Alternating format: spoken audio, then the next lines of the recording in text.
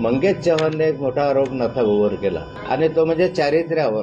मला जवळपास 1980 पासून तर आजपर्यंत 45 वर्ष झाले मी सक्रिय राजकारणात आहे. भाजपचे काम करतोय, खरेदी विक्रीचा चेअरमन होतो, सहकारी संस्थांत अनेक वर्ष होतो, जिल्हा बँकेत 25 वर्ष आहे, अनेक ठिकाणी मी नेतृत्व केलेलं. आमदारकी म्हणून गिरीश म्हणतो मी 35 वर्षाचा आमदार झालो. मी 36व्या वर्षात आहे, कारण मी विधान परिषद सदस्य असल्यामुळे त्याच्यापेक्षा 1 वर्ष मी जास्त आहे. गिरीश महाजन मंत्री आहे, त्या अर्ध्या खात्याचे मंत्री आहे. मी आतापर्यंत 12 खात्याचा कॅबिनेट मंत्री होतो आणि युती सरकारच्या वेळेस 6 खात्यांचा कॅबिनेट मंत्री होतो. 18 खात्याचा कॅबिनेट मंत्रीपद मी भोगलाय. हे आपले गिरीश भाऊ अर्ध्या खात्याचे कॅबिनेट मंत्री आहे, त्यांना पूर्ण खातं सुद्धा मिळालेलं नाहीये. पण मूळ प्रश्न असा आहे की या ठिकाणी मी आव्हान देतो मंगेश चव्हाणांना की माझ्याविषयी एक छोटीशी जरी गोष्ट असेल तुमच्याकडे पुराव्यानिशी ती समाजासमोर दाखवा. गप्पा काय मारता, समाजासमोर दाखवा. मी राजकारणात निवृत्त होईल, एक शब्द काढणार नाही.